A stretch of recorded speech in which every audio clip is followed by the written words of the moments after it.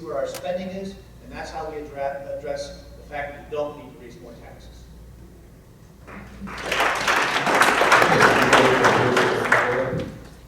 Okay, no. Right, Mr. Backer, you're going to go first. I'm going to go back to the road question. So, Pima County receives what's called HERF funds, Highway User Revenue Funds, that are supposed to go to be used for the purpose of maintaining existing roads. They get about $40 million a year from the state for that. In addition, they get all of the vehicle license tax for every single car that's registered in unincorporated Pima County. They also receive federal dollars to do road repairs and road maintenance. In addition, they have general fund money that they're supposed to use, as well as bond dollars that they got from, I think it was 1986, that they were supposed to use. Yet they spend anywhere between $10 to $15 million a year out of what is likely an $80 million road budget. And if you become county supervisor, what specifically is your plan to optimize the use of those dedicated road funds and make sure that the county invests in our infrastructure? Well, as I mentioned before, Supervisor Miller has a plan that she's laid out, and later today there'll be a link to it on my website after the debate, and that goes into great detail. I can't go into the detail here, but one of the things that calls out is that those HERF funds are being used for administrative and staff costs. Other groups, use their general fund for that. I think we should be no different. We should use that money for its intended purpose. And honestly, I'm a simple guy. If the roads aren't being fixed, exactly what are they administering?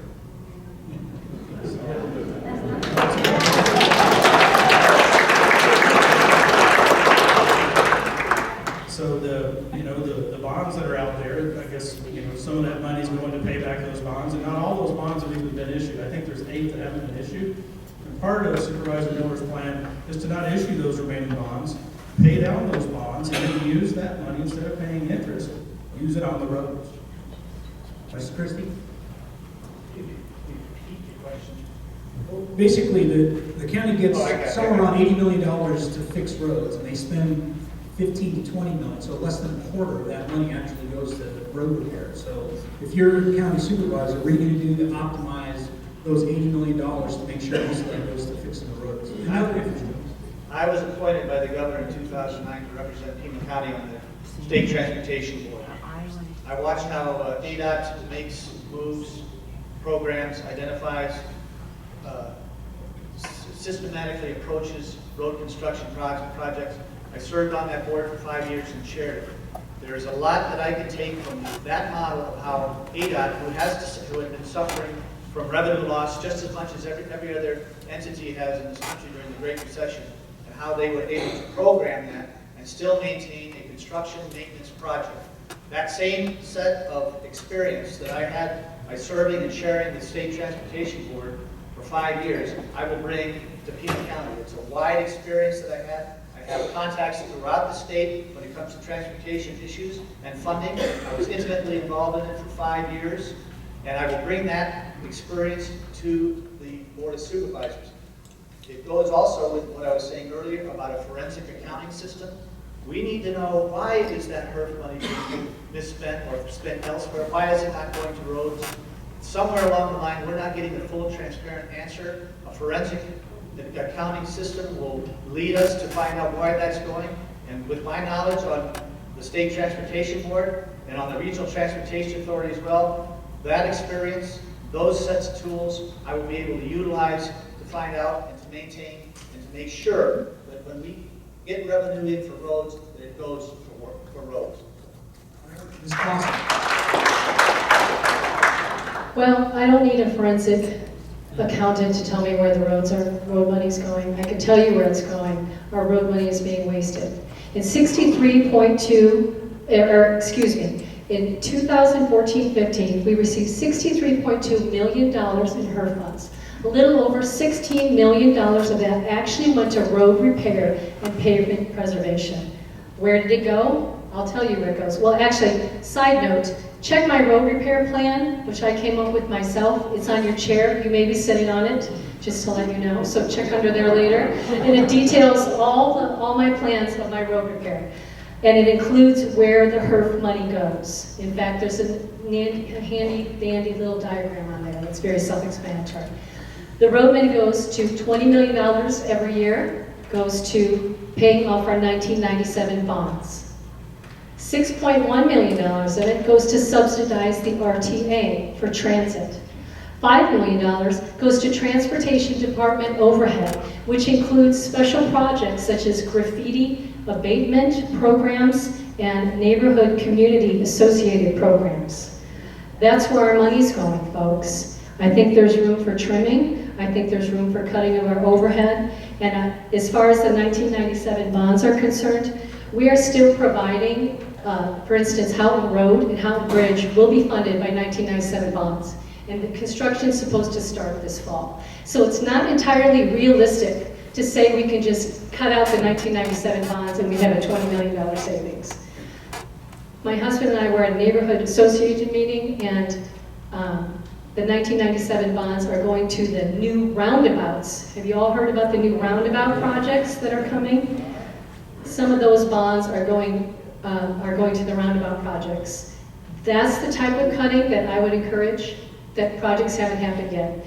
But the main 30 seconds. No, that's actually. Oh, that's done. Yeah, I the thought the white whole one means time. 30 seconds, Okay. the red one means you're done. Okay, look at my road plan. All right. Thank So, anybody, 30 seconds, Mr. Backer. So I wanted to commend my opponent, Mr. Christy, because it took some bravery to stand up here and admit to a room full of people that drive on our roads that he's had anything to do with the roads over the past several years. Hey, hang on, I gotta stick up for him on that one. The state, he was doing, not the county. But still the road. And then, Marla, I think not doing away with the bonds that are already in place, just simply not, moving forward with the bonds that haven't been used yet. I have to respond to that statement. While I was the only member of the State Transportation Board that was representing Pima County, and guess who has more than one seat on that board? Maricopa County. I was there fighting for jobs and fighting for projects and fighting for construction projects that were going to be taken away by the powers that be at the State Transportation Board and by the Arizona Department of Transportation. I saved the widening of I-10 between Marana and Cacho, and now we're going to have the whole I-10 corridor widened because of my efforts when I was on that State Transportation Board. And if it had not been for my leadership capabilities on that, we would not have what we have today as far as road projects in Pima. Thank you, Mr. Christie. Ms. Hawkins, May I clarify that? That's state road projects, correct? correct. Under the state transportation system, okay. Just a comment about 1997 bonds. I don't know if all of you know. They will expire in 4 years, and we will have quite a bit of additional money freed up to go towards our roads. Okay, we're going to start with Mr. Christie on this one.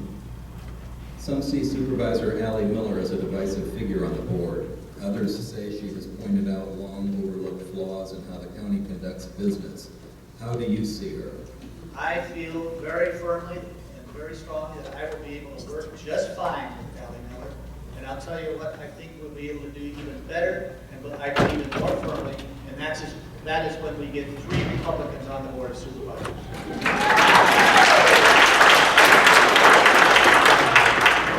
You didn't answer the question. How do you see her? How can you work with her? Well, first of all, how can I work with anybody? Because I have that 40-year experience. I sold cars up and down this valley to all types of people, all from all different backgrounds. I know how to deal with people. I served on the State Transportation Board, Regional Transportation Authority, with people from all different walks of life with different agendas. I have the ability to get along with anybody as long as they're willing to try. Allie Miller, I feel, has been making and taking the time and the effort to ask the questions that needed to be asked.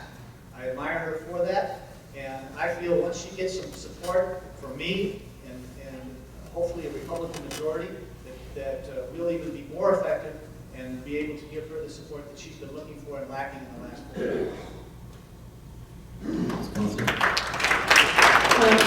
Getting along with people. I didn't own and operate a business which relies on networking and getting along with people. I owned a successful business. I couldn't have done that if I couldn't get along and manage people. I didn't make Navy Chief in 6 years if I couldn't get along with people and I couldn't manage people. Having a professional and respectful demeanor to your coworkers, to your boss, to your underlings, and a professional working relationship with anyone you work with is simply just a key to common decency and a good professional relationship. However, I'll have to say, going along is not the same as going along to get along. And I believe in Ms. Supervisor Miller's case, I think she stood up and brought up a lot of points, and she didn't jump on the go along to get along bandwagon like my predecessor has, or like my opponent, whose supporters say he will get along with the Democratic majority. We need a fiscally responsible majority on this board. That's the main thing we should be thinking about right now, not individual personalities. Of course, everyone's going to attempt to get along because we're all professionals.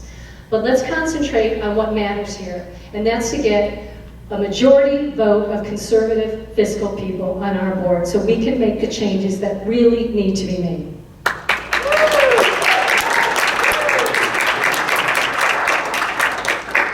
So to very succinctly answer the question, I see Allie Miller as someone who cares deeply about the community in which she serves, who's willing to take the heat because she believes in what she believes in. She does impeccable research, and she's in a fairly thankless position being in the minority.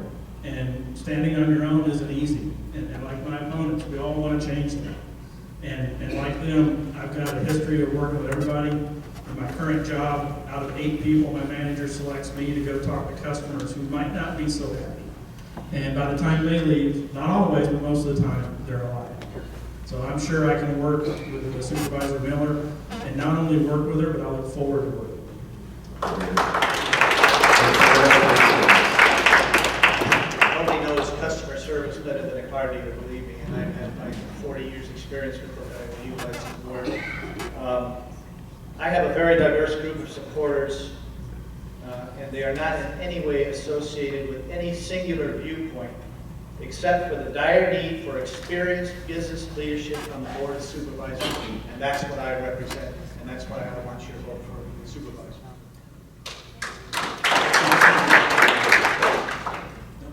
All right, so the next question, again, I keep going back to the tax thing, I'm sorry. But I think it's one of the biggest issues in Pima County. The county administrator has proposed a $1.23 billion budget. When I first moved to Pima County back in 2004, the county budget was about $800 million a year. It has gone up almost $500,000, which is quite a significant increase over basically a 12-year period. It's quite astonishing that the voters of this county sadly have been bearing that burden. He's also asked for a 2.6% property tax increase to pay for that. Yet Mr. Huckleberry has what's known as his Ministry of Propaganda. No offense to my good friend here sitting next to me, that is made up of mostly defunct newspaper editors and washed up reporters that he has hired to put on his payroll. No, I'm just reading the facts here. This is the facts. And what Mr. Huckleberry does is he uses that organization to spread what I consider propaganda to misrepresent what the county's doing with that money. So you have a $1.23 billion budget. So give us your assessment of what you think that budget is for, the proposed budget, and what would you do to challenge it? And we're going to Ms. Closen, I think is next. Yes, Ms. Closen. Okay. In regards to taxes, I think I talked a little bit about this. I touched on this a little bit earlier. Our property taxes are raising, and I propose to actually mandate a list of projects, designated payments, and property purchases that actually increase transparency and let us know what our tax money is going to be spent on before any tax is addressed. I will spend our tax money like it's my own money. I already mentioned that. I'm kind of repeating myself because there's similar questions, but I would like to take this opportunity to bring up one of Mr. Huckleberry's self-help tax plans, which I just heard at a Green Valley Council meeting last month, actually. Mr. Huckleberry wants a special assessment for fixed income people in Green Valley